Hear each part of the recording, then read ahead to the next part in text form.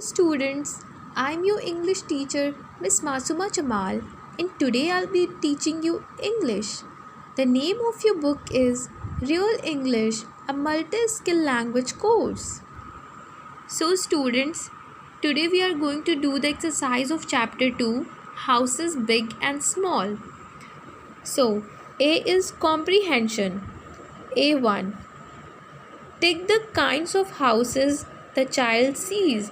So students, the child sees 4 kinds of houses: big, small, wide and tall. So let's find it here.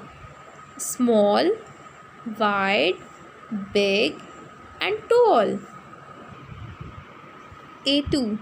Complete the following sentences. The child likes his own dash dash the best. So students, we have to fill it here. But the best of all is my own sweet home. So we have to fill it sweet home.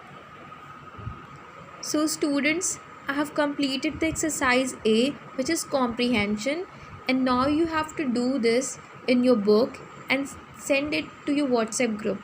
Thank you.